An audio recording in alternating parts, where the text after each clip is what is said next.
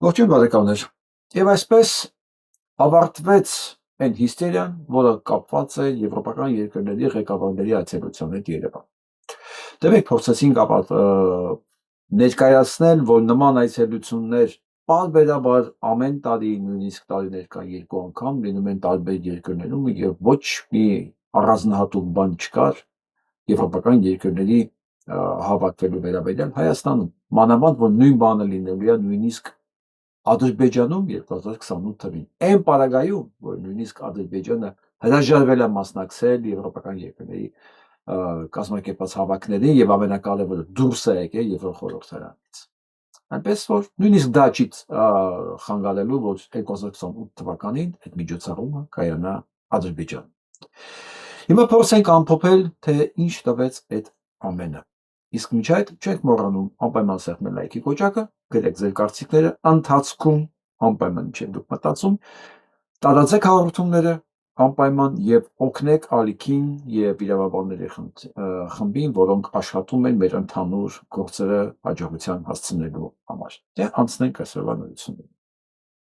Այսպեսի մի խոսք կա, որ վտանգավոր չէ անգրագետ մարդը, վտանգավոր է իրեն գրագետ մարդու տեղ դրած անգրագետը։ Մեր օրերի համար ես կասեի վտանգավոր է նաև անգրագետը, որովհետև Փաշինյան Նիկոլի նման մեկին ունենալ իշխանության մեջ, իշխանության դերում պետք է ունենալ բավականին անգրագետ շերտ, որը հավանություն տար դրա։ Այնպես որ այս ասացվածքը ճիշտ է, գուցե մասամբ, բայց ոչ Հայաստանի դեպքում։ Հայաստանի դեպքում իրոք էկզիստենցիալ վտանգ է ներկայացնում անգրագետները, որոնց հետ դու ոչ մի փաստարկված խոսակցություն չես կարող ունենալ, հա? Ինքը քեզ չի հասկանում, ինքը ուրիշ լեզվով է խոսում, դու էլ այդ լեզուն չես կարող հասկանալ եւ ձեր վիճաբանությունը դառնում է երկու խուլերի խոսակցություն։ Դու փաստերն ես ասում, ինքն ասում է բա ասֆալտը, հա, մոտարապես։ Այնպես որ այո, մեր երկրի ամենամեծ խնդիրը մնում են անգրագետներն շերտը, որոնք ականային բաները ոնց որ թե չեն ուզում տեսնել, բայց Նիկոլն ամեն ինչ անում է արդեն, որ նույնիսկ դրանց համար պարզվի այն, ինչը մենք փորձում ենք հասկացնել, տեղ հասցնել իրենց, հա։ Այդ լսենք։ Ուզածս կհագնեմ, եւ նրանք պետք է կանգնեն դատարանի առաջ, եւ նրանք պետք է կանգնեն դատարանի առաջ։ Հասկացեք, որ այս ամեն ինչը հավանելու համար մենակ անգրագետ բավարար չի լինել։ Անգրագետ լինելուց բացի պետք է ունենալ ճաշակի, մարդ ճանաչելու ունակության բացակայության լուրջ որակներ, որ այս տեսակին հնարավորություն տա։ Ամեն դեպքում գնաց Մակրոնը գնաց, իսկ երեք խոստացավ մեզ, որ Նիկոլ Փաշինյանն արդեն ընտրել է եվրոպական ուղին։ Այո, ինքը հայտարարություն արեց ֆրանսերեն տեքստով, մենք լսում էինք, ուրախ հրաժեշտ տվեց Երևանին։ Բայց տեսնենք ինչ պատասխանեց Մակրոնի ոգևորությանը Նիկոլ Փաշինյանը, շատ կարևոր է։ Լսենք։ Սա Բլումբերգի թղթակիցն է հարցնում Նիկոլ Փաշինյանին։ Վարչապետ Փաշինյանի համար դուք ասացիք, որ պատրաստ եք շարունակել բարեփոխումները, եթե դուք վերընտրվեք, արդյոք պաշտոնապես կդիմեք Եվրամիություն դիմելու եւ դուրս կգաք ԵԱՏՄ-ից։ Շնորհակալություն։ Հարցը նրանում է, եթե դուք վերընտրվեք, արդյոք կդիմեք Եվրամիություն մտնելու եւ դուրս կգաք ԵԱՏՄ-ից։ Պարզ հարց, լսենք ինչ պատասխանեց այդ պարզ հարցին։ Ամենակարևոր արձանագրումն այն է, որ մենք հիմա Ադրբեջանի հետ ունենք խաղաղություն։ Եվ պիտի արձանագրեմ, որ վերջին 2 տարիները առաջին 2 տարիներն են, այսինքն նախորդող շրջանում մենք այդպիսի 2 տարի եւ նույնիսկ մի օրացուցային տարի չենք ունեցել, երբ որ Ադրբեջանի հետ հրաձգությունների, բախումների արդյունքում չունենանք զոհեր եւ վիրավորներ։ Բայց կարևոր բան բաց թողեց, որ մենք հիմա էլ դրա կարիքը չունենք, ինչ որ իրան պետք է լինում, մենք տալիս ենք։ Մեր ժողովրդին ծեծելով, սպանելով, տնազրկելով, հողազրկելով, հայրենազրկելով մենք տալիս ենք, այնպես որ կրակելու առիթ չկա։ Ինքը սա մոռացավ ասել, բայց ամենակարևոր հարցին չպատասխանեց։ Գնալու է Եվրոպա վերընտրվելու դեպքում թե ոչ։ Լսենք, կարող է պատասխանումը։ եւ առաջին անգամ մեր համատեղ պատմության ընթացքում Հայաստանը եւ Ադրբեջանը օգտագործում են կամ նույն կամ շատ նման խոսույթ։ Հայաստան Եվրամիության Խոստովանեց, որ Հայաստան եւ Ադրբեջան խոսույթները նույնիսկ նույնն են։ Բայց մոռացավ ասել, որ Ալիևը չի կրկնում իրան, ինքն է կրկնում Ալիևին, Փաշազադեին, Էրդողանին։ Ես ասում իրենց խոսույթները նույնն է, այն անգրագետ շերտ ասում է, դու չար ու նախանձ ես, դու ռոբական ես։ Սա էլ որ ձեր Աստվածն է ասում։ հարաբերությունների տեսակետից եւ ես համոզված եմ, որ այդ ուղղությամբ մենք շատ լուրջ ռազմավարական նշանակության նախագծեր ենք իրականացնելու, այսօր մենք առիթ ունեցել ենք այդ նախագծերի հայեցակարգը քննարկել եւ արձանագրել, որ ունենք ընդհանուր ըմբռնում, որ մեզ պետք է շարժվել հենց այդ ուղղությամբ։ Ռազմավարական խնդիրներ են քննարկել եւ ըմբռնում կա, որ պետք է շարժվեն այդ նույն ուղղությամբ։ Ասել է, թե մենք Եվրոպա չենք մտնում, մենք հապկից դուրս չենք գալու, որտեղ նույն խոսքերը 8 տարի է ասում։ Դե ինչ, Մակրոնը կարող է խորը զղջա, նույնիսկ կարող է հետին թվով լացի, որ այսքան գոված Փաշինյանին, այդքան թուքում ուժ կերավ Երևանում, չէ՞ որ Մակրոնին սիրում էինք մենք, անկեղծ ասեք։ Չէ՞ որ Մակրոնն ավելի շատ է Հայաստանի համար արել 8 տարվա մեջ, քան Նիկոլ Փաշինյանը։ Չէ՞ որ Մակրոնը ավելի հայամետ է եղել այս ամբողջ 8 տարին, հայկական խնդիրները բարձրացնելով, 14 ռեզոլյուցիա ընդունելով, քան Փաշինյան Նիկոլը։ Եվ եկել էր վերջում իր կարիերայի վերջն արդեն, նախագահ դուրս է գալիս։ Վերջ, մի քանի ամսից էլ չկա։ Վերջը եկել էր ասել, տես այսքան բան քո համար արել եմ, մարդ ես, մի անգամ խոսքդ պայի։ Ասեց հաբա ոնց։ Արի ձեռս բռնի, հեծանիվ քշի, մանգան ծապտան, թո իմ հոտը տեսնի, որ ես Մակրոնի հետ քիփ եմ։ Ու գնա։ Գնաց Այմարդ, ինչ Եվրոպա, ինչ բան, այո, մենք դեռ պետք է խոսանք այդ մասին, այո, բայց ամենակարևոր ձեռքբերումն այն է, որ Ադրբեջանի հետ մենք ունենք ընդհանուր խոսույթ։ Լավ կարող ասեք, բայց ռազմավարական համագործակցությունը, բանը, մի հատ ռազմավարական համագործակցության չստորագրված, բայց իրականացվող համաձայնություն կա, դա ըստ Էրդողանի գրքի, որը հղում է անում Աթաթուրքին, ըստ այդ գրքի Հայաստանի կորցանման ծրագիրն է, որտեղ ոչ մի ռազմավարական համագործակցության մասին ստորագրություն չկա, բացահայտ, բայց կա ծրագրի իրականացում։ Իսկ այն ինչ որ այսօր խզբզեցին, հիշում եք, ես երեք եմ ասել, չի լինելու դիմում Եվրոմիություն մտնելու համար,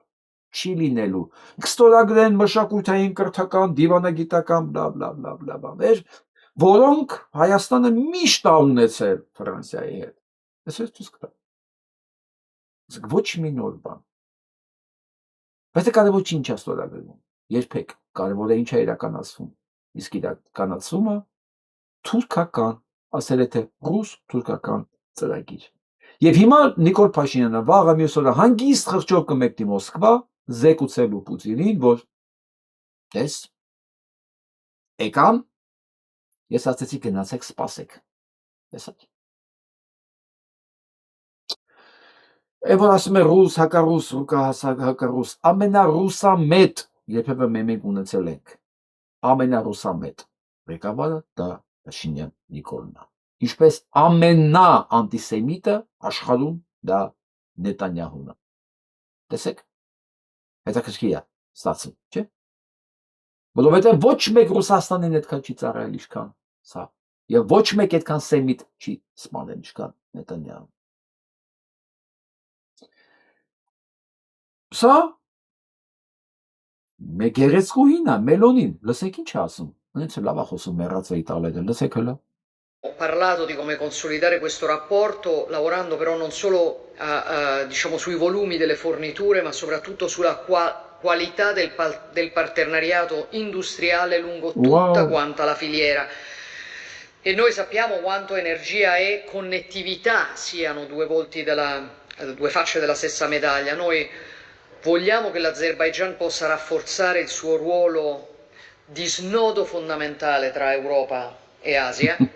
e che l'Italia possa essere sempre più la porta d'accesso privilegiata al mercato europeo. È una visione che chiaramente richiede investimenti, programmi a lungo termine, capacità di mettere insieme le energie migliori dei nostri reciproci sistemi produttivi e industriali e per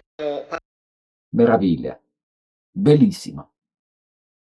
fantastica l'orchi. Ինչ mezzo soprano è? E vince asում։ Երկարատև ծրագրերի մասին էր խոսում, ինվեստիցիաների մասին, որ Ադրբեջանը Ասիայի եւ Եվրոպային կապող ճանապարհն է։ Եվ իրենք հրաշք համագործակցություն ունեն, հրաշք տնտեսական կապեր։ Վերջ։ Այդպես է լինում։ Մի զարմացեք, ժողովուրդ ջան, մի զարմացեք ու մի նեղացեք այս գեղեցկուց։ Մի նեղացեք։ Ինքը իր երկրի շահերն ու հետաքրքրություններն է պաշտպանում։ Իրան պետք է առևտուր Ադրբեջանի։ Ադրբեջանը անցած տարի վաճառել է 20 միլիոն տոննա նավթամթերք Եվրոպայի։ 20 միլիոն տոննա անցած տարի։ Դա գումարով գալիս է մոտավորապես այսօրվա գներով 16 միլիարդ 16 միլիարդ մենակ նավթից է ստացել Ադրբեջանը մենակ Եվրոպա վաճառելուց։ Ասենք 1-2 ամսվա առաջվա 5 գներով գալիս է 14 միլիարդ մոտավորապես։ Ասենք միջինակ գցենք 15 միլիարդ։ 15 միլիարդ դա Հայաստանի 2 տարվա բյուջեն մենակ նավթից է եկել դա Ադրբեջանի։ Եվ ինչ է կարծում ով է այդ նավթը առնում Ադրբեջանից, ասեմ ձեզ, Իտալիան, ամենամեծ գնորդ Իտալիան է։ Գերմանիան, Մերցին տեսակ այս եվրոպական համագործակցության մեջ։ Մերցին մեկը տեսավ ակտիվություն, բան դեց։ Չէ։ Բայց Մելոնին միանգամից գնաց Ադրբեջան, որ ասի Ալիև, դե միջոցառում էլ պետքա գնայել, բայց դու մնում ես իմ ամենաերկարատև գործընկերը, որովհետև դու ես կապող օղակը Ասիայի եւ Եվրոպայի եւ ամբողջ ինվեստիցիաները, որ մենք անում ենք ձեր երկրում եւ դեռ անելու ենք, որովհետև ամենամեծ սպառողը ձեր նավթամթերքի մենք ենք։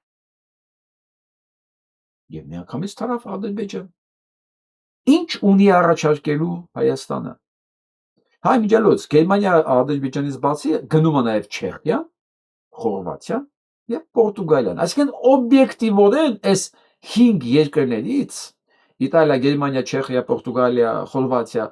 մենք ոչինչ չեն կարող ակնկալել։ Շատ օբյեկտիվորեն, որովհետեւ իրենք ուղիղ տնտեսական շահ ունեն Ադրբեջանից։ Որին այդ 5 երկրները իրար հետ նվիրում են տարեկան 16 միլիարդ դոլար։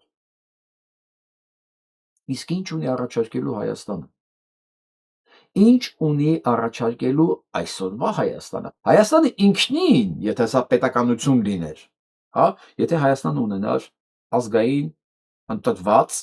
ղեկավարություն մասնագետներից բաղկացած, ոչ թե այն ինչ որ հիմա կա։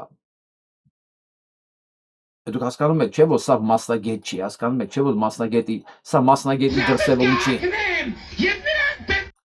Հասկանում եք, չէ՞ որ սա մասնագետի խոսույթ չի։ Իսկ ինչ կլիներ, եթե Հայաստան ունենար իրոք կայացած պրոֆեսիոնալ ղեկավարություն։ 16 միլիարդ նավթադոլարին կարելի էր հակադրել 20 միլիարդ այլ ապրանքներ, բարձր տեխնոլոգիաներից սկսած, մինչև Հայաստանի տարածքում վերամշակված այն դետալները, որոնք պետք են հենց այդ բարձր տեխնոլոգիաների համար։ Այսօր աշխարհում ամենաթանկ ոլորտը բիզնեսի, դրանք այն պարագաներն են, որոնք օգտագործում են բարձր տեխնոլոգիաներով։ Իսկ Հայաստանի ընդերքը հարուստ է այդ ամեն ինչով, որպեսզի ոչ թե հորը քանդեն նվիրեն տան ուրիշին, թույնը մնա մեզ։ Մենակ թույնը փողն էլ չէ, այլ այդ ամեն ինչը վերամշակվի դառնա ապրանք եւ վաճառվի։ Այն ժամանակ նավթադոլարները այդ համեմատության մեջ չեն երևա։ Ուղղակի չեն երևա։ Իսկ դուք պատկերացնում եք զուգահեռ նաեւ դա ինչ աշխատատեղերի մասին է խոսքը գնում։ Ինչ աշխատատեղերի մասին է խոսքը գնում, որովհետեւ միայն հումքը այսօր որ կա Սյունիքի տարածքում, այնեն մենակ Սյունիքի տարածքում։ Մենակ հումքի ձևով դա 10 տրիլիոն պլյուս 10 տրիլիոն պլյուս, այսինքն մի տրիլիոնը 1000 միլիարդ է, պատկերացնում եք։ Ալիևը 1 տրիլիոնի համար պետք է ուրեմն 1000-ը բաժանենք 15 միլիարդի, մոտավորապես անում է 65 տարի։ Ալիևը 1 տրիլիոն նավթի արտադրության համար ինքը պետք է 65 տարի նավթ ծախի։ Մենք այդ 1 տրիլիոնը կարանք 1 տարվա մեջ ապահովենք։ Տրիլիոն, ոչ թե միլիարդ։ Եթե այն ինչ որ արտահանվում է, դա դառնա պատրաստի ապրանք բարձր որակի եւ դա վաճառվի։ Այն ժամանակ այս երկրները ոչ միայն Հայաստան այցելելուց հետո Ադրբեջան չեն գնա։ Ադրբեջանից եկող զանգերը չեն վերցնի, որովհետև իրենց համար դու կլինես կարևոր։ Իսկ որպեսզի երբեք հանկարծ այտենց չլինի, երբեք մենք չունենանք պետություն, ազգային իշխանություն, նախ առաջինը հլետ պետք դրել վերցնել, Սյունիք կոչվածնա պետք կտրել վերցնել, խլել, որ 10 միլիարդը գնա իրանց։ 10 տրիլիոնը ներողություն։ Երկրորդը, եթե դեռ չեն կտրել, պետքա Նիկոլի նման, Նիկոլի որակի մարդկանց դնել իշխանության, որ դու երբեք այդ անգրագետների շերտից դուրս չգաս, որ դու երբեք չհասկանաս դու ինչի վրա ես նստած եւ ինչեր կարող ես դու անել։ Դե վստահ եղեք, լրիվ ուրիշ վիճակ է, որ մարդը գիտի իր իրական հզորությունները, իրական պոտենցիալը, եւ ոչ չգիտի։ Իսկ մեզ 35 տարի ապացուցել են, համոզել են, որ մենք թույլ աղքա տկար ազգ ենք, իսկ Ադրբեջանը նավթ ունի։ Գիտեք ինչի են այտենց համոզել, որ ոչ մեկ չհարցնի, այդ ինչ եք քանդում տանում այդ իմ ընդերքից, որը սահմանադրորեն 3 անգամ փոխելուց հետո լրիվ զրկեցին ժողովրդին այդ ընդերքի մասը լինելուց, բաժնետերը լինելուց, որովհետև ես ձեզ ասեմ, ըստ առաջի սահմանադրության, ամենաիրական սահմանադրության, ժողովուրդը այդ ընդերքի տերն էր, այսինքն ընդերքը պատկանում էր ժողովրդին։ Երկրորդ սահմանադրությամբ Քոչարյան Ռոբերտի արդեն ընդերքը պատկանում է ոչ թե ժողովրդին, այլ պետությանը, պետությունն էր ընդերքի տերը։ Սերժի արդեն սահմանադրությամբ ոչ թե նույնիսկ արդեն պետությունն էր դրա տերը, արդեն պետության հետ առնչվող կորպորացիաներն էին արդեն դրա տեղը։ Հիմա վախենում եմ արդեն մտածեմ, թե Նիկոլին տրվելու դեպքում ըստ նոր սահմանադրության ով է լինելու դրա տերը։ Դա արդեն պետությունը չկա։ Կմնան մենակ կորպորացիաները։ Այսինքն իրանք։ Այնպես որ ժողովուրդ ջան, այդպես են արել, որ մենք երբեք չհետաքրքրվենք այնտեղ ինչ են քանդում տանում, որովհետև կարող ես հարցերը մենք իրանց տայինք։ Իսկ ես հիմա տալիս եմ, ես նկատում եմ, որ Սերժ Սարգսյանին, Ռոբերտ Քոչարյանին, Լևոն Տեր-Պետրոսյանին անդրադառնալուց հետո իմ ալիքում նեղվողներ կան։ Ես հիմա անդրադառնում եմ ձեզ եւ ձեր կուռքերին։ Դուք կարող եք սիրել ու ուզում եք։ Ես չեմ, որ ձեզ պետք է ասեմ։ Եթե ես մեկին մեղադրում եմ հանցագործության մեջ, չեմ մեղադրում նրա համար, որ ինչ որ մեկին նեղացնեմ, որը իրան սիրում։ Բոլորովին։ Իմ մեղադրանքները դրանք հիմնավորված են Հայաստանի Հանրապետության սահմանադրությամբ, գործող օրենսդրությամբ, բարոյական նորմերով, մի խոսքով կատարված փաստերով։ Եվ այս փաստերի ես մեղադրանք եմ ներկայացնում Լևոն Տեր-Պետրոսյանից մինչև Նիկոլ Փաշինյանի, որ իրենք փոխանակ Հայաստանը դարձնեին այն աստիճան կարևոր երկիր, որ ադրբեջանական նավթը դեր չխաղալ այս ամեն ինչում, այսինքն դու ավելի շատ բան ունենայիր աշխարհում տալու, քան նավթը, ոչ միայն դուք դա չեք արել, ժողովրդին համոզել եք, որ դուք տալու բան չունեք։ Գիտեք ինչի, որովհետև այդ ձեր նման տգետ, անգրագետ բոշաների համար էական չի արտադրությունը, որտեղ դա խելք, հմտություն, պրոֆեսիոնալիզմ պահանջում։ Ձեզ պետք է ուղղակի քանդել ընդերքը, ծախել այդ օրվա միլիոնների համար։ Դուք ծախել եք միլիարդները, որ դուք միլիոններ առնեք։ Ու այդ միլիոնները ձերն էլ չի, այդ ժողովրդինն է։ Դուք ժողովրդի միլիարդները ծախել եք, որ դուք միլիոններ աշխատեք։ Դուք հասկանում եք ով եք դուք։ Այսինքն դուք այն եք, որ բադ զավակը, որ տնից ոսկի է գողանում տանում կրվում է, տունը պաժար է տալիս, որ այդ ոսկի մասին ոչ մեկ չի հիշի։ Ավելի մեծ բան է, ավելի մեծ վնաս է տալի։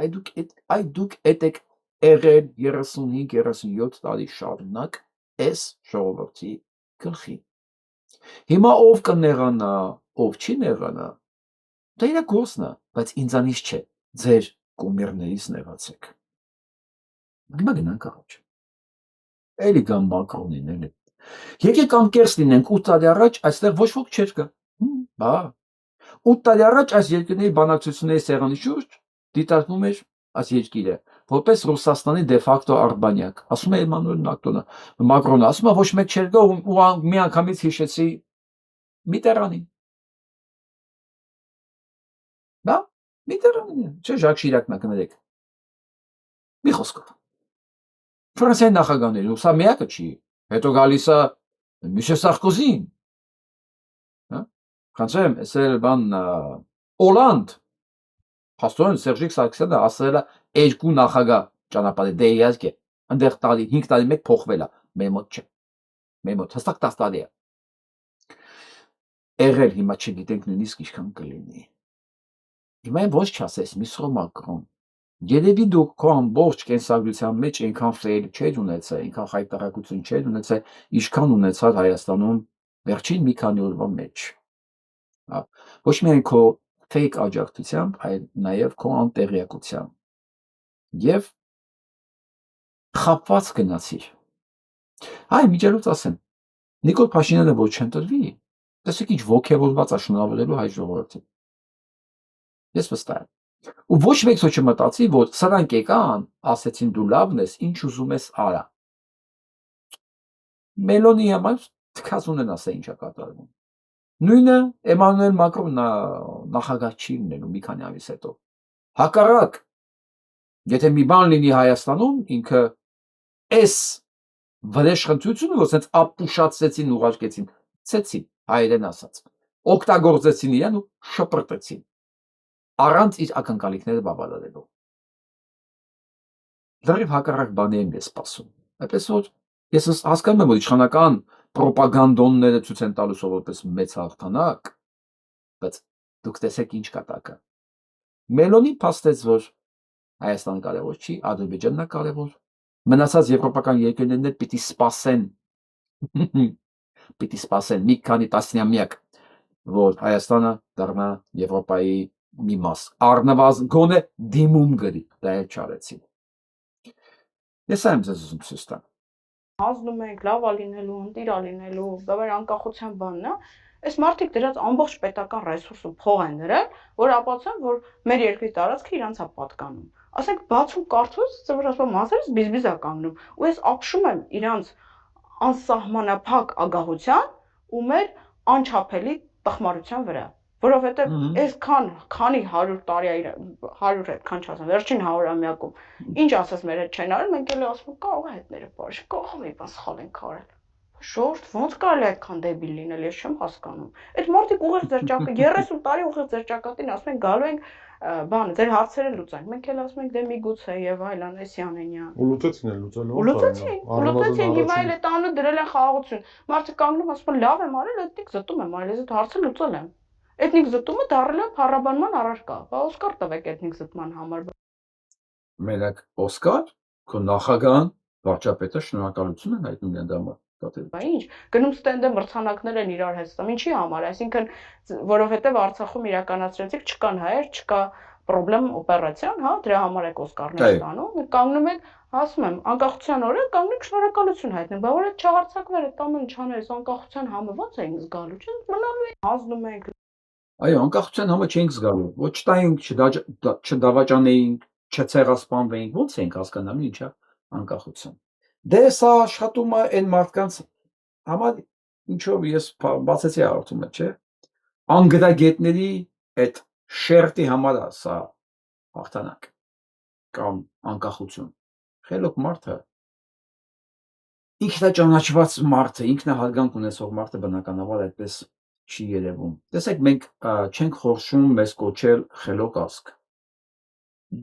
Կա դա ֆակտորը անվիճելի է, կա նման բան, բայց որպես ազգ, որպես հավաքական երևույթ,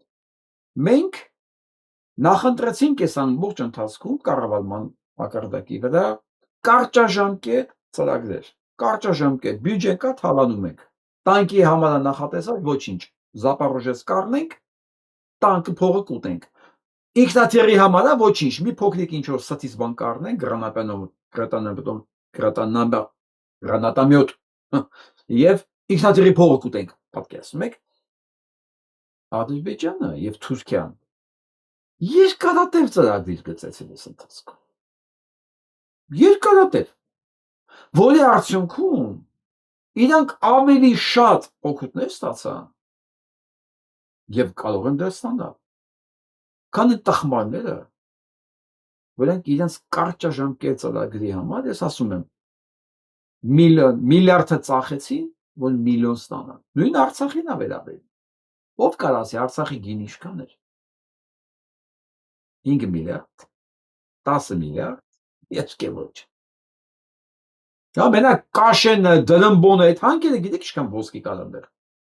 Այդ չեմ ասում հողը, երկիրը։ Դե ասեք, անկեղծ, ով էր ավելի խելոք, Ալիևը, թե նրանք ովքեր Ալիևին ծաղրում էին, ասում են ավանակ։ Ինձ թվում է Ալիևին ավանակ բնորոշող ինքը ավելի ավանակի է նման, քան ինքը Ալիևը։ Փաստը սա է։ Մենք տնտեսապես գրագետ չենք, չնայած հետաքրքիր է գիտեք, որ մենք ազգային կրթության մակարդակի վրա նախընտրություններ միշտ տվել ենք տնտեսագիտությանը, իրավաբանությանը, բժշկությանը, ասենք որտեղ որ փող կա։ Չենք տվել քաղաքագիտությանը, հա, մենք քաղաքագետներ չունենք։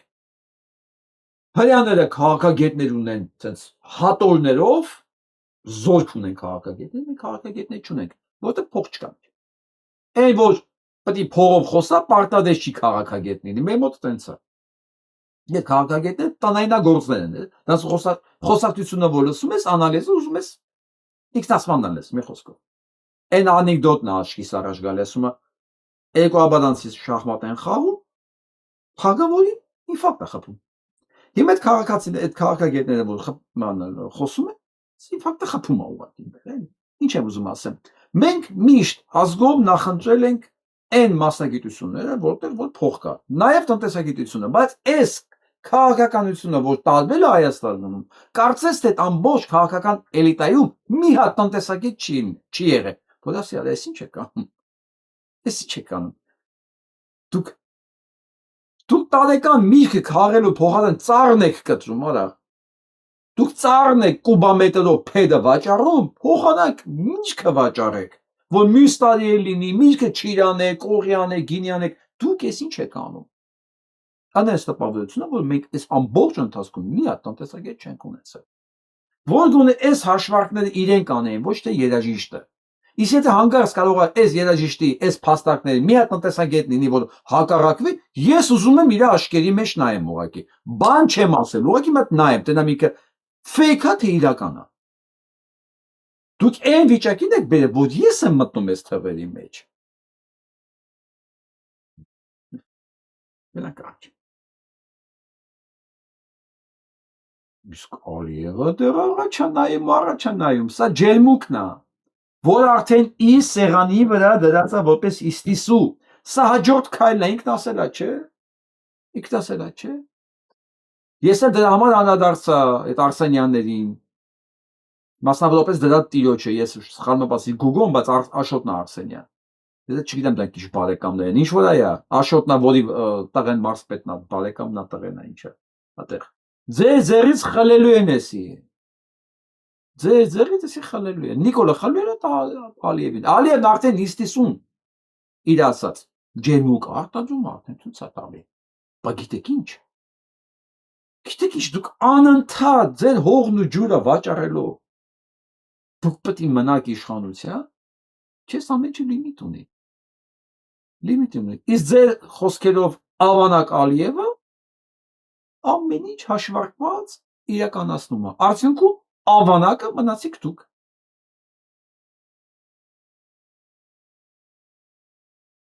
Նույնիսկ Ադրբեջանը, որ ուզում է հայերից ներկայացնի, տեսեք, Էրմենիստան գրածա, եկեղեցին մետևում բանը, մասիս սարա, որպես սիմվոլ, տեսեք, իրանք իրան սիմվոլներն ունեն, անևոր այնքան բան չունեն իրանք սիմվոլը, այդ մի քանի հատ նոտ շենքն է, որ սարքել են սրանք։ Այսինքն պատկերացնեք Ադրբեջանը ինչքան սիմվոլ չունի։ Ադրբեջանը, որ իրանք հին ազգ են, սիմվոլ չունեն, ախպետ, իր ժամանակակից ցանկացած շենքերն է իրան սիմվոլը։ Արցախը նույնիսկ սիմվոլ ունի, ասենք տատիկն ու պապիկն են, հա։ Ադրբեջանը, որ իրենց ասած պատմությունների սիմվոլ չունեն։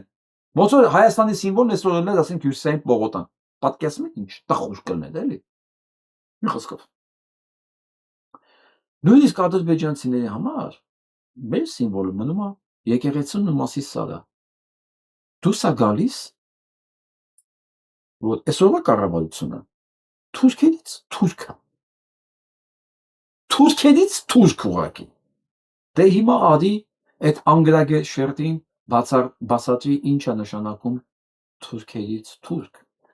Թուրքերից թուրքը սա է, որ Շուշին է սենց։ Еще одно видео, доказывающее факт откровенной сдачи территорий. Обратите внимание, как азербайджанцы идут в сторону Бердзора и Шуши.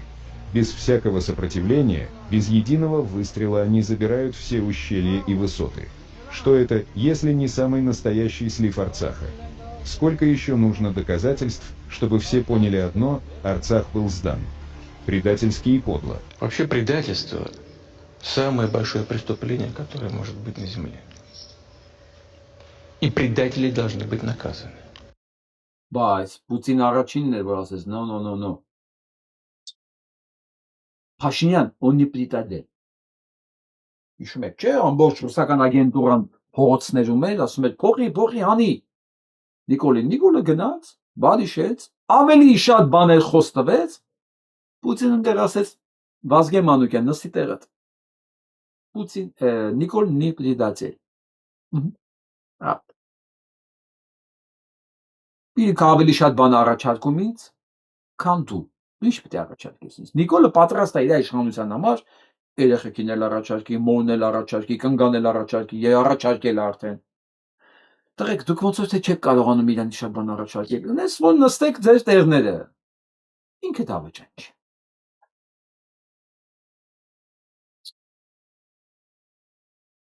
Բայց օրինակ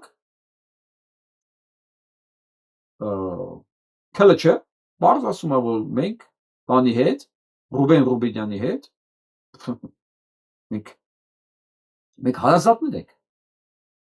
հա? Մենք նույն մշակույթից ենք, բա,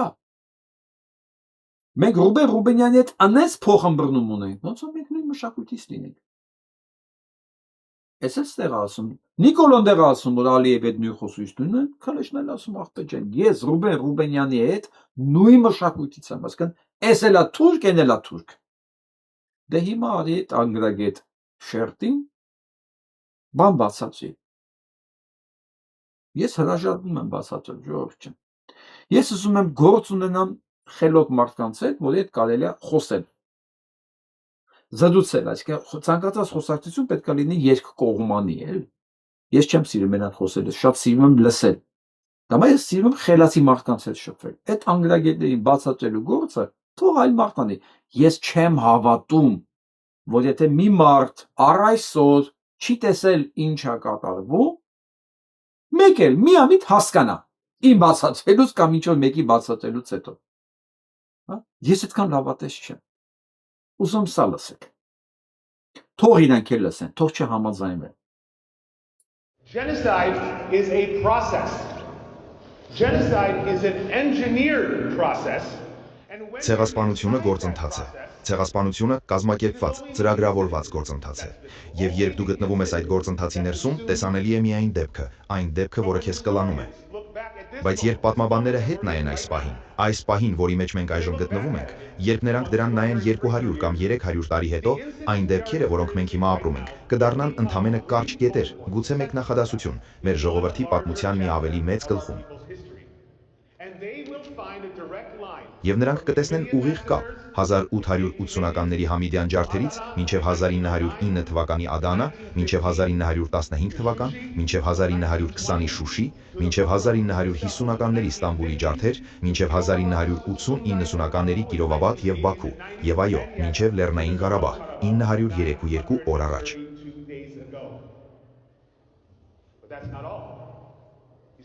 Բայց սա ամբողջը չէ, գործընթացը դեռ առատված չէ։ Մենք այստեղ ենք հիշատակելու 1915-ը, այն ժամանակ, երբ կանգնած ենք հայ ժողովրդի դեմ շարունակվող ցեղասպանական գործընթացի ներսում։ Մի գործընթաց, որը տեղի է ունենում հենց հիմա։ Որոնց ասել, որ այս լսումները գնում Արցախի վերաբերյալ հենց Կապիտոլիումին, Ամերիկայի Միացյալ Նահանգներում։ Զեկուցողներ Գարնիկ Քերքոնյանն։ Մի հավատացեք միայն իմ խոսքին, լսեք հենց Էրդողանին։ 2020 թվականին նա միացավ Ալիևին Բաքվում անցկացվող ռազմական շքերթին և գովաբանելով ռազմական հանցագործություններն ու վայրագությունները, որոնք թուրքական և ադրբեջանական ուժերը իրականացրել էին Լեռնային Ղարաբաղի հայերի դեմ, Էրդողանը բացահայտորեն գովեց Նուրի Փաշային։ Իսկ ով էր Նուրի Փաշան։ Նա 1915 թվականի հայոց ցեղասպանության արևելյան ճակատի գլխավոր իրականացնողներից էր։ Էրդողանը հայտարարեց, որ Լեռնային Ղարաբաղի դեմ ռազմական հարձակմամբ Նուրի Փաշայի հոգին վերջապես հանգիստ գտավ։ Բայց սա էլ դեռ ամենը չէ։ Մի քանի տարի անց Լեռնային Ղարաբաղի շուրջ 4000 տարվա բնիկ հայկական բնակչությանը ամբողջությամբ էթնիկ զտման ենթարկելուց հետո Ալիևը կանգնեց Ստեփանակերտում խարույկի առաջ և X հարթակում հայտարարեց, որ ոչ միայն վերացրել են հայ բնակչությանը, այլ այժմ այրում են նաև հայերի աուրան։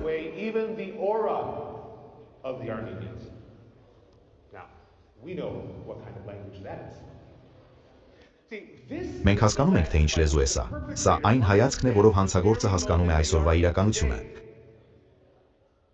Լեռնային Ղարաբաղի ամբողջական էթնիկ զտումը պարզապես մեկ դեպք չէր։ Դա շարունակական ծրագրի հերթական փուլ էր, որը նպատակ ունի հասցնել հայկական պետության և ժողովրդի ամբողջական ոչնչացման։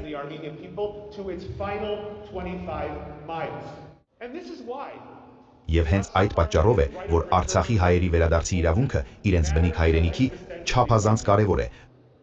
ոչ միայն նրանց, այլ նաև ամբողջ հայ ժողովրդի և հայկական պետության համար։ Ցեղասպանություն իրականացնողները չեն կանգնում պայմանագրերով կամ զիջումներով, սա երկրորդ համաշխարհային պատերազմի մեծ դասերից է։ Նրանք չեն կանգնում հաշտությամբ, նրանց պետք է դիմակայել։ Արցախի հայերի վերադարձի իրավունքը պաշտպանությունը պարզապես հիմնական մարդու իրավունքի ապահովում չէ։ Դա կարևոր միջոց է կանգնեցնելու այն անընդհատ առաջխաղացումը, որը հնարավոր է դարձել նախորդ բոլոր զիջումների պատճառով։ Դե հիմա այս գրագետ մարդը որ կրան գրագետին բացատրի, Նիկոլին բացատրի, որ խաղաղություն ասելով խաղաղություն չի լինում։ Կամ Նիկոլին հավատացող այդ թափոնի ոնց բացատրի։ Հիմա այս ընկերը ոնց կբացատրի։ Դուրս կգա, որ ինքը չի կարողանում լավ բացատրել, նշանակում է իր ասածը ճիշտ չի։ Պետք է ասում եք բացատրել ի նկատմամբ, եթե դիմացինը չասի, այո դու ճիշտ ես, դուրս կգա այս մարդը խելացի չի եւ իր ներկայացած փաստերը ասացիք չէին։ Իսկ ես վստահեցնում եմ, ցանկացած մարդ, որ աջակցում է Փաշինյան Նիկոլին, ինքը թքած ունենա ցանկացած փաստի վրա։ Ուղղակի իրան դա հետաքրքիր չի։ Ինքը չի լսում։ Ինքը որոշել է, իրան դա տենց հարմար է։ Բայց ես իրանց համար վատ նորություն ունեմ։ Դրա մասին խոսելու ենք։ Ասենք։ Եթե հրաժարվենք այդ իրավունքից, ապա մեր կյանքի ընթացքում ստիպված կլինենք պահանջել հայերի վերադարձի իրավունքը Սյունիք։ Ցեղասպանական ռեժիմները չեն կանգնում պայմանագրերով։ Իհարկե։ Գործընթացը շարունակվում է։ Ավելի համարձակ և ավելի ընդարձակ։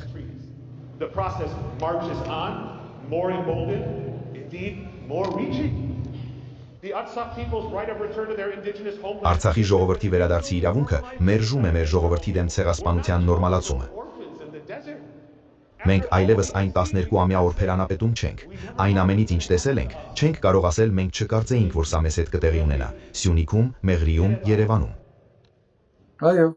նայեք, ինչ եղել է, լինելու է, եթե մենք սա թողեցինք ինքնահոսի, լինելու է եւ Սյունիքում, եւ Մեղրիում, որպես հետևանք նաեւ եւ Երևանում, որտեւ Երևանը չի կարող առանձին մնալ։ Այն մարդիկ, ովքեր Երևանում են ապրում,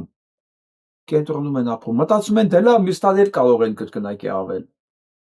բանտա, հարկ տալ ապրելու համար, հա, գույքը հարկ։ Հետո կավելանա էլի կտան, դուք չեք կարողանալ։ Ոչ թե հայկն է այդքան բարձրացնելու, որ դուք փող չունեք, դուք չեք կարողանալու ընդհանրապես ոչի բան անել, կտրտելու են Հայաստան, դուք շարժվելու տեղ չեք ունենա։ Ձեր լոլիկը ստիպված եք լինելու 10 անգամ ավելի թանկ առնել, որտեղ ճանապարհ չի լինելու, բերելու, տանու, գյուղացին չի կարողանալու ջրի, որովհետև այդ ջուրը արդեն թույն է լինելու, կամ որ բերեց այդ լոլիկը դուք ուտելու եք մակուցյանիդ։ Հետո կհասկանաք, որ արդեն Երևանն ապրելու տեղ չի։ Վերջ։ Ու սենց գալիս է, Սայլամի նման կտրտելով, բայց դե ապուշին դժվար է սա բացատրել, հավատացեք։ Շատ դժվար է, անշնորհակալ գործ է իրան սա բացատրելը։ Պատմությունը շարունակվում է, եւ այն ձայները, հիշողությունները եւ պատմությունները, որոնք մենք համառորեն պահպանում ենք, հենց դրանք են, որ գոյատևում են ժամանակի ընթացքում։ Եթե ցեղասպանությունը փորձում է վերացնել մի ամբողջ ժողովուրդ, ապա հիշողությունը, դիմադրությունը եւ վերադարձը այն միջոցներն են, որոնք ժողովուրդը ժամանակի ընթացքում հաղթում է այդ ոչնչացմանը։ Այո, սա դժվար աշխատանք է։ Իհարկե, ցեղասպանությանը հաղթահարելը դժվար է, եւ նրա հիմնված է անչափելի ատելության եւ չարույկի վրա, բայց այն ինչ մենք կրում ենք, կարեւոր է, այն ինչ հիշում ենք, կարեւոր է, այն ինչ հասկանում ենք, կարեւոր է։ Նիկոլը մար կարևոր չի, ասում ոչ հիշի, ոչ զգա, ոչ հասկացի, կարևոր չի, առաջ նայի, դեմդ նայի, տես ինչ է դրած ուտել, մասիսի կոմբի նայի, մենք պետք է փոխենք մեզ, մենք մտել ենք խաղաղության դարաշրջան, մի ջղայնացրեք հարևաններին, որ դուք հիշում եք իրենք գրգռվում են դրանից։ Հասկանում եք ինչ կազուսի եւ աբսուրդի մեջ ենք մենք ընկել։ Ցանկացած մեկով աջակցում է Փաշինյան Նիկոլին, խոսում է նրա օգտին, կզուր կա մարդկային բարոյական բոլոր նորմերից։ Բոլոր, չկա մի նորմ այնտեղ, որ կարող է ինքը համապատասխանում է դրան։ Եվ այն ինչ դուք կանեք հետո նույնպես կարևոր է։ Մենք այն ժողովրդի վերապրածներն ենք, որը պետք է ոչնչացվեր։ Այսօր մենք պաշտպաններ ենք, ակտիվիստներ, իրավաբաններ, քաղաքականներ, դիվանագետներ, եւ կրկնում եմ, մենք այլևս այն օրբերանապետում չենք։ Մենք պետք է դադարենք գլուխներս ավազի մեջ թաղելուց։ Մենք պայքարել ենք շղթաներիության եւ անգամ աշխարհի ամենահզոր պետություններին հասցրել ենք ճշմարտությանը։ Մենք կանգնել ենք մեր ժողովրդի կողքին, ժողովրդի, որի ամբողջ պատմությունը փորձել են ներկայացնել որպես վիճելի։ Մենք կանգնել ենք դատարան։ Հայաստանի կառավարությունն է դա տեսնել, ներկայացնում վիճելի։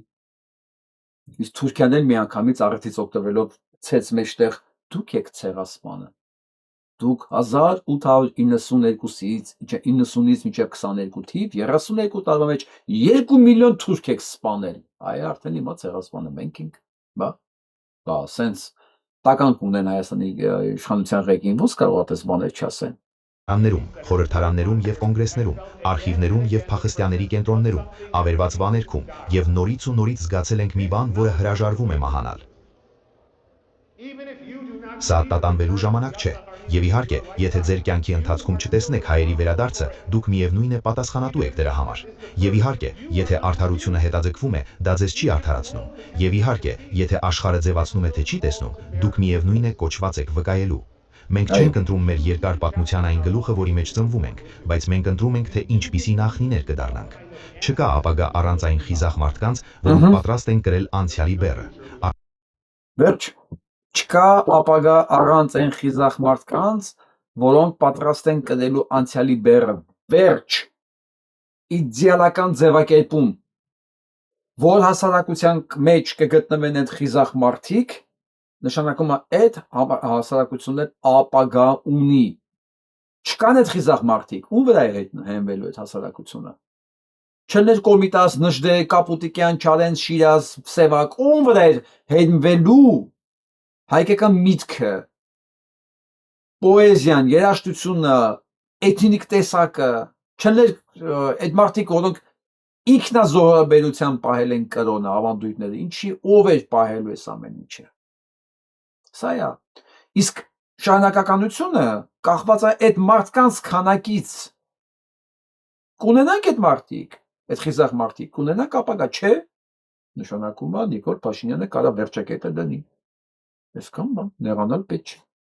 Առանց այն խիզախ մարդկանց, որոնք պատրաստ են ընդունել իրենց ժամանակի մարտահրավերը։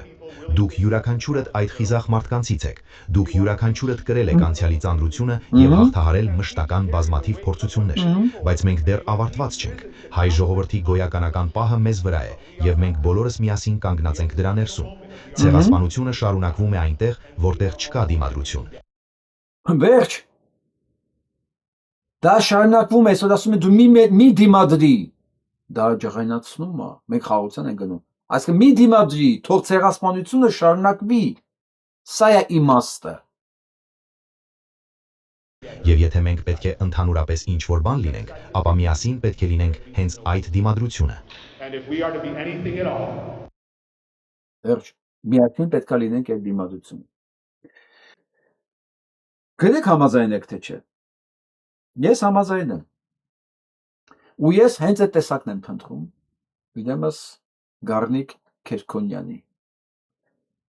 Դուք պատկերացնում եք, սենց հաթաթ ինչ վերլուծողներ ունենք, ինչ մտքի տեր մարդիկ ունենք։ Իսկ դուք մի պահ պատկերացրեք, որ այս մարդկանց միավորեր հայկական պետությունը, պետականությունը։ Դուք պատկերացրեցիք մասշտաբը էֆեկտի։ Իսկ այսօր հայկական պետականությունը աշխատում է հենց այս մարդկանց դեմ։ Ոչ թե թշնամիների դեմ, հենց այս մարդկանց դեմ է աշխատում։ Թշնամիների օգտին։ Բայց դե նույնս եմ ասում։ Կա մարդ, որ էսա նորմալ է իր համար։ Դա Կանադայի արտաքին գործերի նախարարն է, Ձեռնակաբերդում։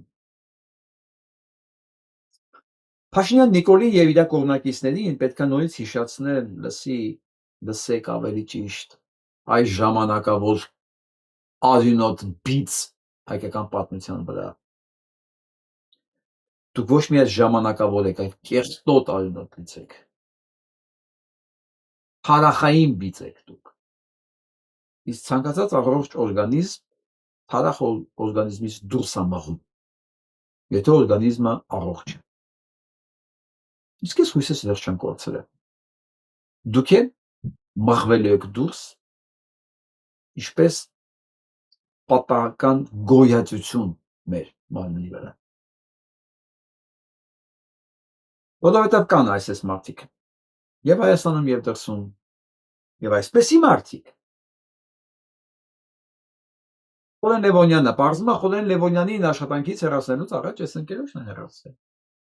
Անունազգանոց դեռ չի երևում, չեմ կարող ասել։ Նույն պատճառի համար, որոնք չեն համաձայնվել ՀՄԿ-ի նոր քաղաքականությանը, ծաղրել, նվաստացնել ազգային արժեքները։ Չեն համաձայնվել, պատկերացնում եք, դրա համար հեռացվել են։ Այնպես որ հարգելիներս պատրաստվեք, այդ տխմանները, որոնք Փաշինյան Նիկոլին ձայն կտան, եւ պետք է պատրաստ լինեն, որ սրանցով լսել են ադրբեջանական երգ, երաժշտություն, փողոցներում տեսնելու են ադրբեջանական ցուցանակներ, բա 300,000 ադրբեջանցի նույնիսկ բան չի զգալու երկրորդական մարդ։ Այո։ Քիչ-քիչ պետք է մոռանանք ազգային երգեր, ազգային տոնակատարություններ, ինչ Երևանի Երևան, ինչ բան է, ինչ օրինաց տոները։ Դա մեր հետ ինչ կապ ունի, Երևանի Երևան, ով ասես որ դա Երևան եղել, չէ, դա Ադրբեջանն է եղել։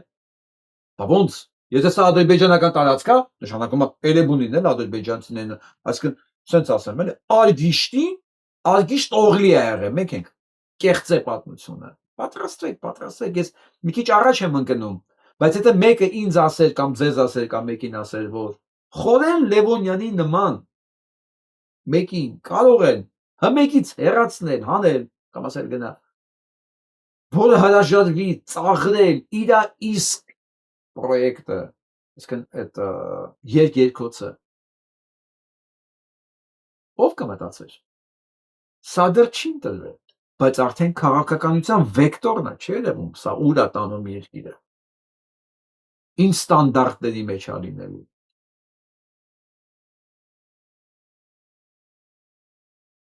Իսկ Խորենին եւ մեր բոլոր ընկերներին, ովքեր չեն կորցրել իրենց մարդկային դեմքը, հավատալիմ են իրենց անցյալներին, հա, իրենց պապերին, կրում են այդ պատասխանատվությունը ինչպես ցանկացած բարոյական մարդ, ես ուղղակի կասեի տղեկ ջան, այսօր ձեզանով հպարտանում ենք, ձեզ շատ սիրում ենք, գնահատում ենք, նույնիսկ եթե արդյունքում մենք նստացվի, որ պարտվենք ու փոքրամասնություն դուրս գանք, որ պարզվի մեծամասնությունն այնքան ապուշ է, որ այս ամեն ինչին համաձայն է, մտածեք այս արածը իզուր չի, որտեղ դա չի չափանիշը, հա, այն որ Ալբանը Եզդիվալեին կամ չգիտեմ Թաթուլավոյան ավելի շատ լսող կա, քան Կոմիտաս, դա բոլորովին չի նվաստացնում Կոմիտասի գինը, բացարձակապես։ Ուղղակի Կոմիտասը հնչում է ոչ իր տեղում, էսա, միջավայրն է պետք փոխել ընդհանրեն։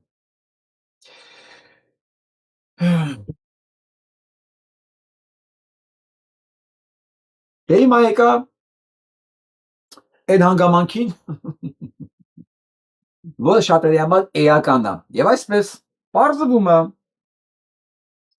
այն սուտը, որ ամեն ինչ ծրի է, հա, ձեզ բան չի անվճար լինելու ձեր համար, քիչ-քիչ վերանում է, որովհետեւ չկա փողը, չկա, մարդիկ ասում են անկե ջան, չհասկացամ, ասում ես ծրի է, 10,000 դրամ թոշակ ես ավելացել, 12,000 դրամ մենակ բանը, ստուգման փողն ես նշանակել, այսինքն, ինչ է դուրս գալիս, ինձանից ավելի շատ փող ես տալի, քան տանում ես, մարդիկ ներված են արդեն, բա ինչ, ես ասեմ ավելին, էդ էլ չի լինելու, սա ամսի 5-ն է արդեն, մարդիկ հələ թոշակը չեն ստացել, չկա փողը, ժողովուրդ ջան, չկա, ձեզ ասել են, նույնիսկ եթե այս մի տեղից էլ ճղեն, ճարեն, տան, Ալիևն էլ վստահ եղեք ձեր փողերը կտա, ձեր թոշակները կտա, ուղղակի ուշանում է, հասկանում եք, ուշանում է, կտան, իմացեք հունիսի 1-ից հետո, այսինքն հունիսի 1-ին, կամ ասենք նույնիսկ հունիսի 8-ից, այնքան անակնկալներ են լինելու, որովհետև սա արվում է նաև բժիշկների աշխատավարձի հաշվին,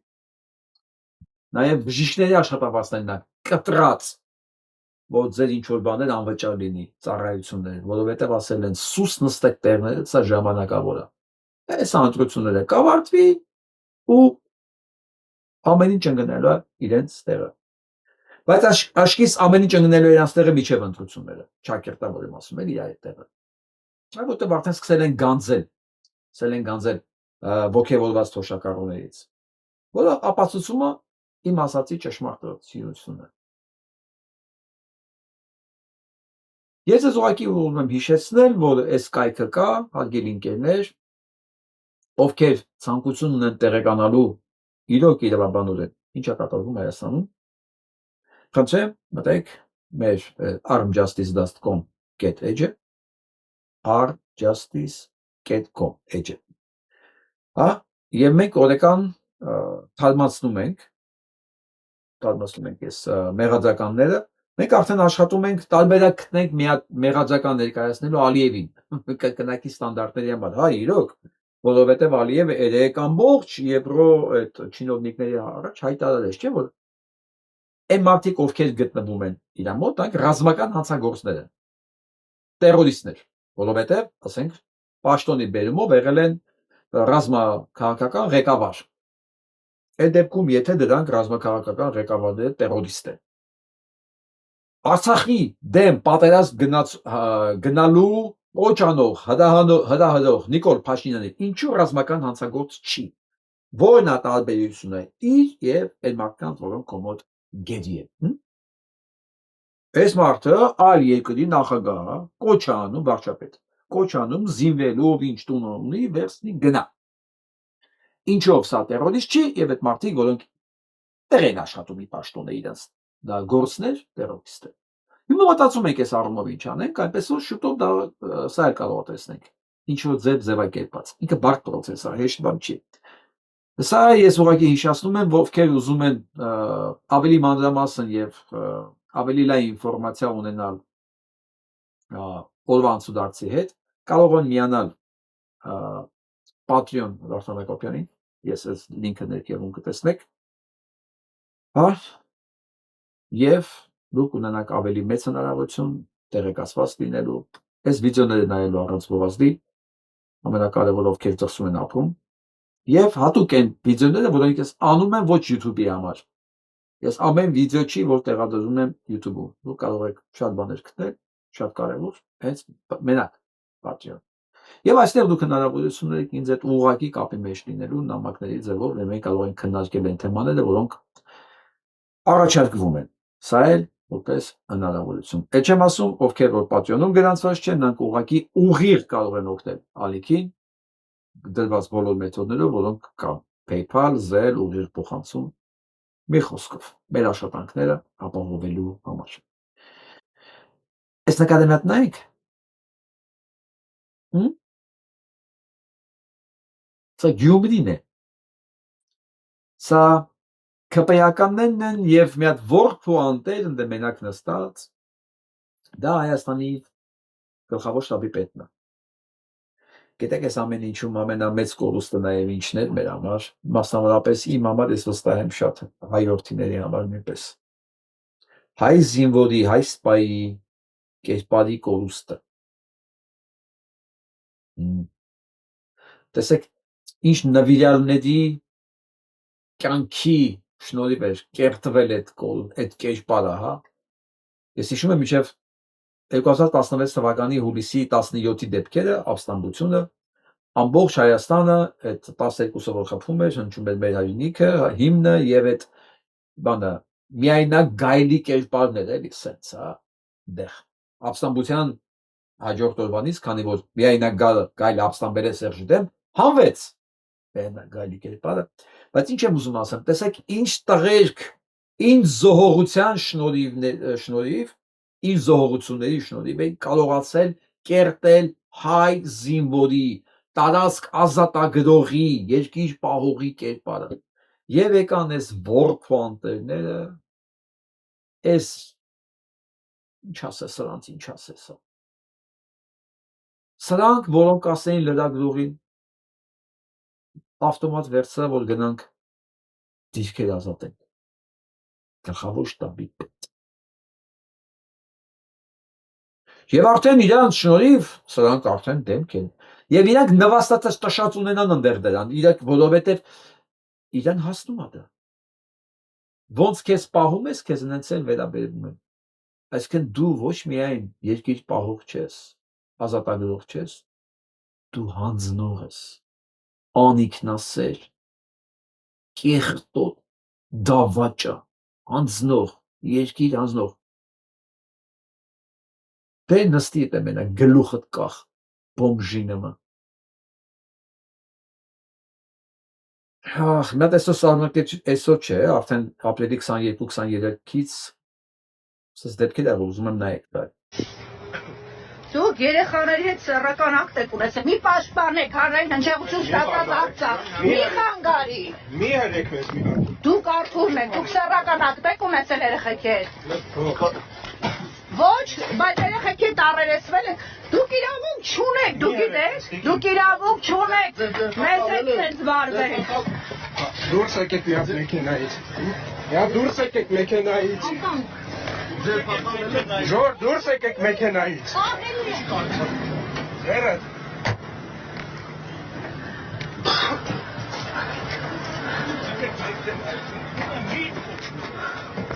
Այդպես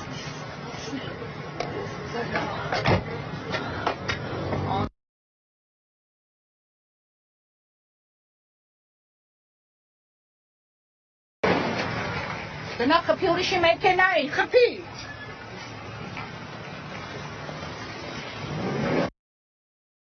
Մի խոսքով։ Երկու հոգի, փաստորեն դվինում, երկու դպրոցահասակ երեխաների են բռնաբարել, իրար պատիվ տվել, մեկը 65, մեկը 55 մոտավորապես այդ տարիքի, դրանցից մեկն էլ սա էր։ Դվին գյուղը պատկերացրու փոքրիկ գյուղ։ Ընդ որում այդ մարդկանց այդ երեխեքի ծնողներն են վստահ է։ Որ տաքսիստ է սել երեխեքին դպրոց հատանում, պարապում քերտանում։ Ու դեկտեմբեր ապրիլի 22-23-ից այս գործը կասկադմփոց արածել է, խեղտած, որ ոչ մեկ չիմանա։ Լրագրողների մասնավորապես Սուզի Բադոյանի շնորհիվ նաև այս գործը ստանում է այն աստիճան արդեն տարածում, ոսանք չեն կարողանում ձերբակալել։ Այսօր նոր ձերբակալել են սա։ Մինչև հիմա արդեն մայիսի 5-ն է, սա ազատության մեջ է եղել։ Ազատության մեջ է եղել, որովհետև ասենք ներքին գործերի նախարարը այդ ով է այդ անգրագետ է։ Այդ գյուղից է։ Դուք պատկերացնում եք նախարարի գյուղում մանկապարտության դեպք է գրանցվում, մանկապերսները ազատության մեջ է։ Փաստը կա, տուժողը կա, ցուցմունքը կա, բայց ազատության մեջ է։ Որովհետև նախարարը չգիտեմ, բարեկամ են կարող է ինչ են, էական չի։ Հասկացեք, ի վերջո, ընկեր անգրագետները ովքեր նայում են, կամ կարող է պատանման նայեն, հա, որոնք չեն հասկացել ինչ է նշանակում նիկոլիզմ, որ ցանկացած պարագայում, եթե դու կողմ ես, որ ինքը կա, այսինքն օրենքը չի աշխատում, ոչ մի ստանդարտ չի աշխատում, ոչ մի մարդ ապահովագրված չի, արդարադատություն չկա, թուրքը սահմանի տա, դու մի խոսքով նույնիսկ անձնագրով պաշտպանված չես ապագա։ Հա, դու ոչ մեկ ես։ Ամեն մեկի դեմը այս ամենը մի ձեռով չոքելու է մի ձևով։ Ով կարող է երաշխավորի, որ իր աղջիկ երեխու է, սա չի կարող լինի։ Չուն մարդ ենք, չէ՞ մենք վստահում ենք, ընկեր կա, հարևան կա։ Եթե արդեն սա չի պատժվում, դուք հասկանում եք, որովհետև ասենք, չգիտեմ, կարող մոտ է, կամ ճանաչում է այդ նախարարին, կսկաս մանկապերսն ես, երեխեքի փչացնես, դու նախարարին գնես, չգիտեմ, կամ բարեկամն ես, հարևանն ես, դու պրոբլեմ չունես։ Հասկանում եք դուք ինչ եք բերում ես երկրի գլխին։ Ու սրա հետ օքեյ լինողները ինչ են բերելու իրենց երեխեքի գլխին։ Հա, ապարտարիա ձեր հետ լինի սա։ Դուք չեք հասկանում, որ սա կարող է նաև ձեր հետ լինել, որը ձեր հետ չի եղել, սա զուտ պատահականության արդյունք է, որ չի եղել։ Եթե դուք նորմալ եք դրա հետ, որովհետև ձեր հետ չի եղել, նշանակում է դուք ապրելու, երկիր ունենալու իրավունք չունեք ու Նիկոլներն է շատ ձեզ։ Ես ուշով հետևելու եմ այս գործին ու ձեզ կտեղեկացնեմ բոլոր փոփոխությունների մասին։ Խորացինք է մեզի քիչ առաջ չկտրին։ Հա, մալադես, մեզի կալոկադա է։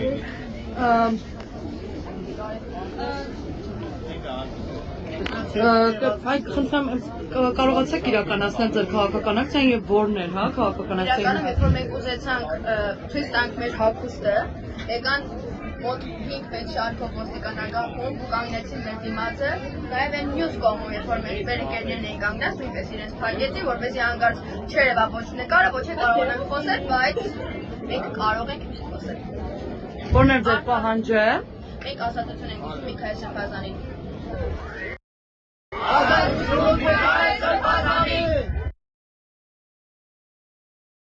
Այդ միլիսեքին եմ ուզում հարցնեմ, էլի։ Դուք կնքվել եք։ Հասկանում եմ, որ դա ձեզ առանձնապես հետաքրքիր չի։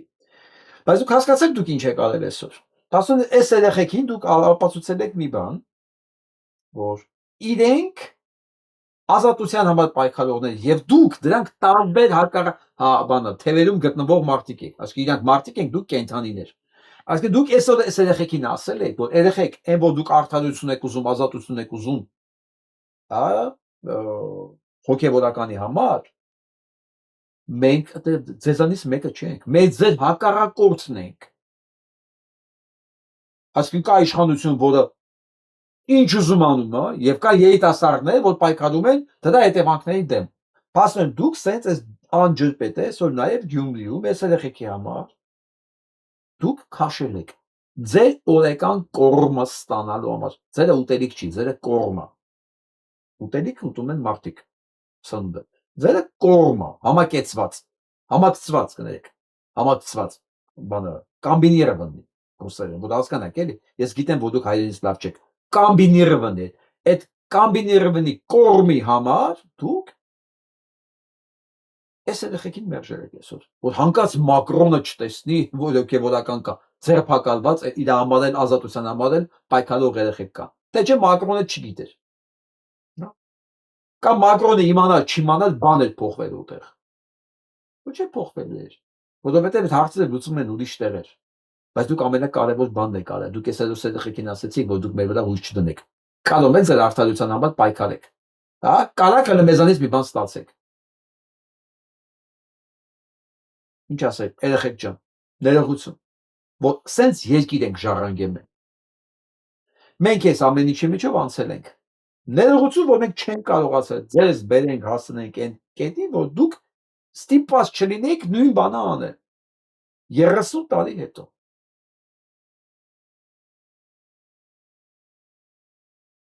Ճանապարհների փոսերից վնաս կրած վարորդները հրաժարվում են դատարան դիմելուց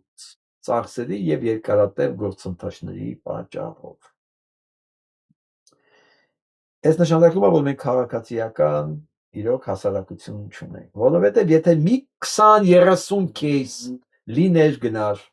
դատարան, իրենց մեքենաները փչացնելու պատճառով վերականգնում պահանջել դա դատաստան, ես ես վստահեցնում եմ, դուք այդ ծախսերը ոչ թե կվերականգնեիք միայն,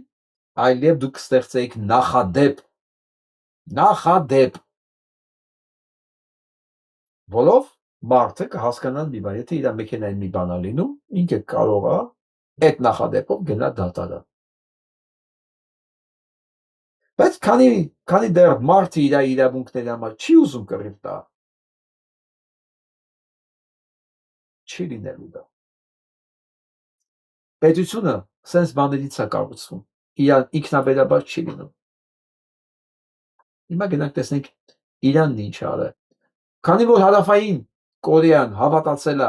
Թրամփին եւ ասել է Թրամփը դու պրոբլեմ չունես, գնա անցի հետո ես քեզ երաշխավորեմ։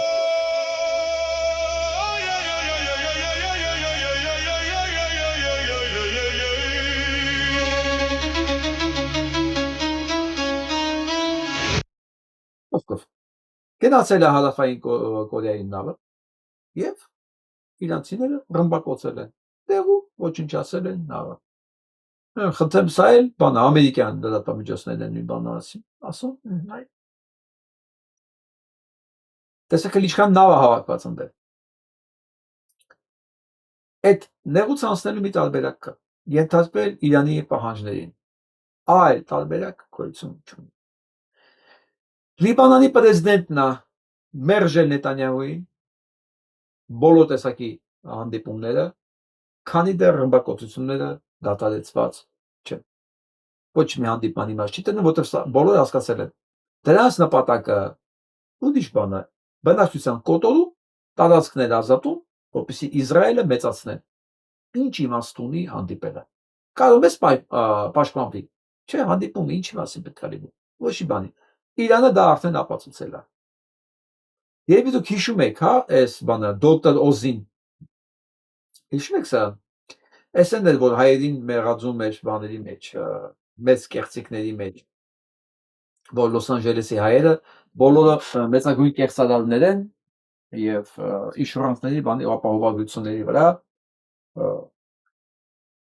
միլիարդներ են աշխատում։ Դե հայերը կան, քրեական գործ են հարուցել, դիմել են դատարան դրա դեմ։ Ինչ որ է, բայց քանի որ ինքը Թրամփի աշխատակազմում մեծ դեմք է, ինչ ասեց Թրամփը, Թրամփը երկու օր առաջ խոստացավ, որ ոչ մի կրճատում չի լինելու Ամերիկայի Միացյալ Նահանգներում սոցիալական ապահովությունների։ Չէ, վերջ, չէ, այն կրճատում բան չի լինելու։ Ընդամենը մի քանի ժամ տևեց։ Այս նույն դոկտոր Օզը վերկացավ ասեց, ոչ, լինելու է։ լինելու է Թրամփը չգիտի ինչ է ասում։ Լինելու է եւ ավելին 5 նահանգներ կան, որոնցից մեկն է Կալիֆոռնիան է, որտեղ նույն այդ ապահովագրությունների վրա մեծագույն խարդախություններ են լինում։ Սա է։ Ու ընդ որում է դոկտոր Օս կոչվածը բանի Էփստինի ցուցակումը, ինչպես Թրամփը, հասկանում։ Էփստինի ցուցակումը ու այսօր դոկտոր Օզը թուրքը ստիպել է ամբողջ ամերիկյան մեդիան խոսան նրա մասին, որ ինքն ու Թրամփը Էփստինի կլիենտներից են, Էփստինի ցուցակի վրայի սատանիստներն են,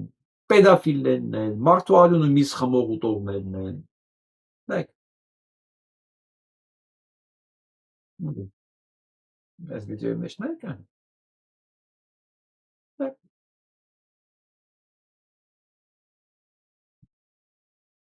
Դե Ադակչինը գնացել է Վինաստան, արագանում է պրոցեսները, որովհետև հարձակումը, մեծագույն հարձակումը անխուսափելի է։ Չինաստանը խոստացել է իր 5-րդ սերնդի լավագույն ինքնաթիռները, 3 եմ լսել դրա մասին, վաճառելու որոշում է կայացել, ինքը չի ասել կոնկրետ ինչ երկիր է վաճառելու, բնականաբար ով այսօր ում է պետք դա, ով դրա կարիք ունի, Իրան։ Իսկ վերջի Հնդկաստան եւ Պակիստան պատերազմի ժամանակ չինական ինքնաթիռները փաստորեն կարողացել են բացարձակ առավելություններ ցույց տալ ֆրանսիական Ռաֆալների նկատմամբ, որոնք համարյա F-35-ի կլասի բաներ են։ Փաստորեն բավականին բարձր որակի եւ պարամետրներով օդանավեր են, որոնք Չինաստանը հայտարարել է դրանց վաճառքի մասին։ Եվ այսօր առաջին գնաց Չինաստան։ Մեծ հարձակում է սպասում։ Շատ մեծ։ Եվ ինձ թվում է նույնիսկ շուտից, էլի իրանական Ստալինգրադ ենք մենք ականատես ունենալու։ Շատ շուտով։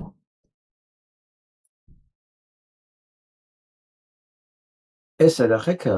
նայեք պաղեստինցիները الحركات اللي احنا بنعلمهم اياها هي حركات مبنيه على اسس علميه بتساعد الطفل على التفريغ النفسي بالدرجه Ինչի մասին է տեսանյութը։ Տեսակ միջավայրը։ Փլատակների, անի, դիմաց պարում են ստրեսից դուրս գալու համար։ Որտեղ այս բանը բացատրում է իրենց բարի դասատունը, բացատրում է, որ պարը ընդհանրապես